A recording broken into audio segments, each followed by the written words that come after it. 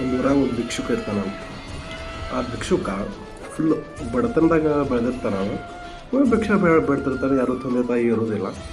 ಅಂಥವೇನು ಮಾಡ್ತಾನೆ, ಒಂದು ದಿವಸ ದೇವ್ರ ಮುಂದೆ ಕೇಳ್ತಾನಂತ, ದೇವರು ಯಾಕೆ ನಾನು ಇಷ್ಟು ಬಡತನದಾಗ ಹುಟ್ಟಿಸಿದ್ವಿ, ಯಾಕೆ ನನಗೆ ಇಷ್ಟು ಕಷ್ಟಗಳು ಕೊಡಾತೀನಿ ಅಂತ ಕೇಳಿದ್ದಕ್ಕೆ ದೇವ್ರು ಪ್ರತ್ಯಕ್ಷ ಆದಂತ ಮುಂದೆ ಪ್ರತ್ಯಕ್ಷ ಆಗಿ ಒಂದು ಮಾತು ಹೇಳಿದಂತ, ನಿನಗೆ ಈ ಸೋಮವಾರ ನೀನು ನನಗೆ ಬೇಡ್ಕೊಂಡು ನಿನಗೆ ಬರೋ ಶುಕ್ರವಾರದಾಗ ನಿನಗೆ ಲಾಟ್ರಿ ಹೊಡಿತೈತೆ ಅಂತ ದೇವ್ರು ಹೇಳಿದ ಅವನಿಗೆ. ಅವ ಏನಂದ, ಸರಿ ಆಯಿತು ದೇವ್ರ ಅಂತ ಖುಷಿಯಿಂದ ಎದ್ದು ಹೋದ.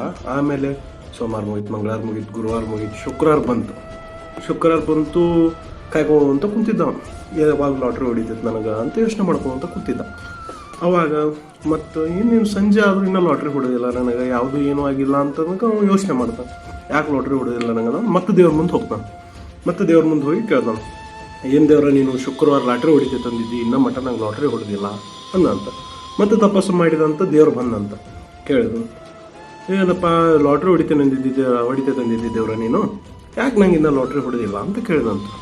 ದೇವ್ರ ನಕ್ಕೊಂತ ಒಂದು ಮಾತು ಹೇಳಿದಂತ, ನಂಗೇನು ಹೇಳಿದ್ದೆ ನಾನು, ಲಾಟ್ರಿ ಹೊಡಿತೈತೆ ಅಂತ ಹೇಳಿದ್ದೆ, ನೀ ಲಾಟ್ರಿ ಟಿಕೆಟ್ ತೊಗೊಂಡು, ಇಲ್ಲ ನಾನು ತಗೊಂಡಿಲ್ಲ ಅಂತ.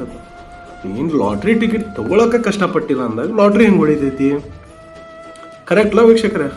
ಯೋಚನೆ ಮಾಡಿರಿ, ದೇವ್ರು ಏನು ಹೇಳಿದ, ಲಾಟ್ರಿ ಟಿಕೆಟ್ ಹೊಡಿತದೆ ಅಂತ ಹೇಳಿದ. ಅದು ಹೊಡ್ಯಾಕೆ ನಾವೇನು ಮಾಡಬೇಕು, ಲಾಟ್ರಿನ ತೊಗೋಬೇಕಲ್ಲ, ಅದನ್ನೇ ನಾವು ತೊಗೊಂಡಿಲ್ಲ ಅಂದಾಗ ಏನಾಗಕ್ಕೆ ಸಾಧ್ಯ ಇಲ್ಲ. ಸೊ ಇದರ ಎತ್ತ ಏನಂದ್ರೆ, ದೇವ್ರೇನೋ ಒಂದು ಕೊಡ್ತಾನಂತ ಹೇಳಿದಾಗ ಅದ್ರ ತಕ್ಕಂಗೆ ನಮ್ದು ಶ್ರಮ ಇರಬೇಕು ಅದ್ರ ಜೊತೆ. ಸುಮ್ಮನೆ ಕೊಡ್ತಾನಂತ ಹೇಳ್ಬಿಟ್ಟು ಅಂದ್ರೆ ಬರ್ತೈತಿ ಎಲ್ಲ ನಮ್ಮ ಹತ್ರನೇ ಬಂದು ಕೂರ್ತೈತಿ ಅಂತ ಏನಿಲ್ಲ. ನಾವು ದೇವ್ರು ಕೊಡಕ್ಕೆ ರೆಡಿ ಇರ್ತಾನೆ, ಅದನ್ನು ತೊಗೊಳಕ್ಕೆ ನಾವು ಶ್ರಮ ಪಡ್ಬೇಕು.